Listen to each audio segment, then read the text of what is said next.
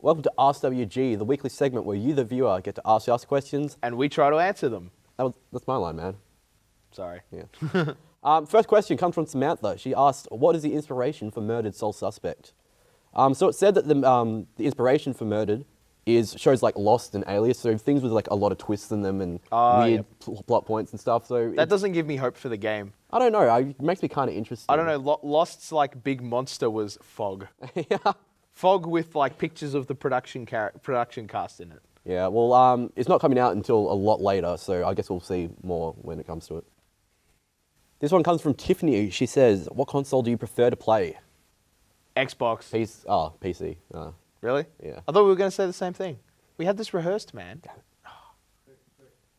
The next question comes from Taylor. He asks, what angers you the most when playing online games?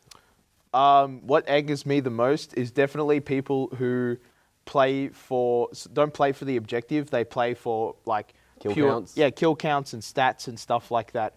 That's more in like first-person shooter games, sort of like Blacklight Retribution, things like that. But I play a lot of Defiance, and that really angers me. Like whenever you're doing the game or anything. The people in the game. Oh. Like in that game, especially when you're doing one of the major events, which is an Arkfall event, where you're all supposed to be sort of working together to fight against a common enemy, and that requires a lot of heals, a lot. Like you're going to die a lot during one of those encounters, and you really need to rely on the people around you to help heal you up, right? And generally it's pretty easy to see when someone needs help up because they'll be crawling towards you, a little health icon pops up above them, and it's like, go and heal that guy. And you'll see a guy, he walks up to you, knows that you need help to be healed up, and he'll just turn straight around and keep shooting to boost his own score in the game. It just angers me above all else. I mean, it's a team sport, guys. Be a team. Speaking of team sport, the thing that angers me most is when people aren't encouraging of new players in the game. Yes. Especially for things like Dota and stuff. It's really hard to get into, but like when you see people like, oh, you're feeding, I don't know. God, I hate that. That's why Quake is really good. The Quake community is fantastic for that. You go in, you're a completely new player, you say, look, I'm brand new, I've never played before. They'll set up a private server and honestly just stop and lots of chat of, here is how you do this, push this button for that, here are these techniques. It's fantastic. Yeah. I love the Quake community. This question comes from Hannah. She asks, what is your favorite genre of game?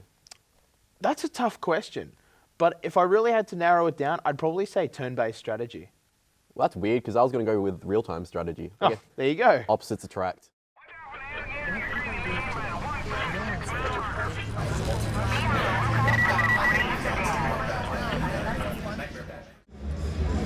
So I'm here with Steve Sinclair, the creative director of Warframe. Warframe was previously a PC exclusive. That's right. So why don't you explain what Warframe is for all the audiences who will see it on the PS4 That's later. right. Yeah, so we've been in open beta on PC since March. Yeah. And this is an independent funded game for us. So it's funded by DE and by the players on the PC version. And Sony reached out to us when they saw the open beta was taking off, and like, we're in the top 10 of Steam, and we're like, how did this happen? People like our Space Ninja game. So we said, hell yeah, we'd love to be on PlayStation 4. Send its dev kits right away. And here we are 3 months later in Sony's booth with our trailer on these like 200-foot wraparound screens showing our wee little Space Ninja game. If you're not familiar with the game, it is a co-op focused, solo to 4-player experience that has a bit of Phantasy Star or Mass Effect 3 kind of similarities that a lot of players compare it to. Mass Effect 3 meets Ninja Gaiden because there's wall running and there's slashing, a lot of melee combat in the game, but there's also sort of a deep leveling and upgrading system so that we get a lot of players who are coming from MMO and actually enjoying the game because of how much there is to explore the solar system and how much it feels a bit like Ninjas and Diablo kind of coming together as well. So the game is free to play, which is not something you see much on a console. Exactly. How does it work with the PS4? Is it very easy to develop? Like, have Sony themselves worked with you a lot to try and get this free to play model working? Yes, and it's not completely finalized. I was talking to them last night actually about that in development of my Hangover project, but they've been amazing to work with, and it's been Usually what we've heard from people in the past is come back when you have a publisher, and it's very different this time. Warframe is doing awesome. Come to PlayStation 4. You guys are going to self-publish.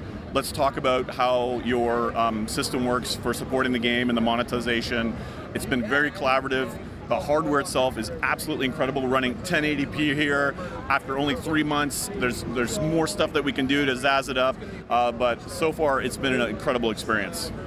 So over at Worldwide Gaming, we actually have a couple of people who are very into Warframe, Great. and they're excited to hear. Are there any major differences between the PC version and the PS4 version, or are they quite similar? Yeah, this is the game.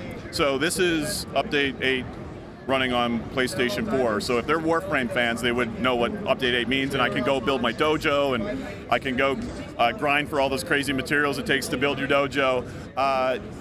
Our goal is with Sony is to update the game like we do the PC, and if they're Warframe fans, they know we've been updating it like crazy and really aggressively trying to grow the experience.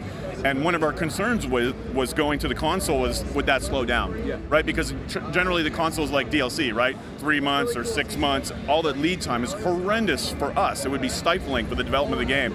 Thankfully, Sony's like, no, you can do it.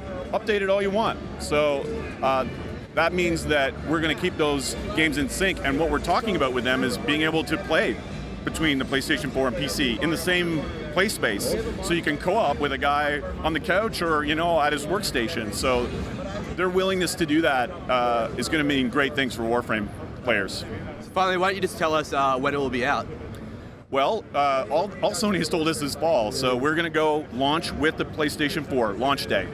Yep, first day. All right, thank you very much. All right, thank you. Thank you. Yeah, great questions. Thank you. On the left-hand side, it has 12 customizable keys. Ooh.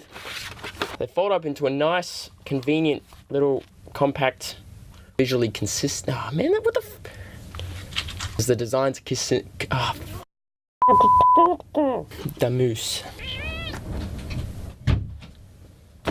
It has a. No. Yeah. A high net. Recently, there's the telephone. Brilliant. Why? I probably want to introduce it as well.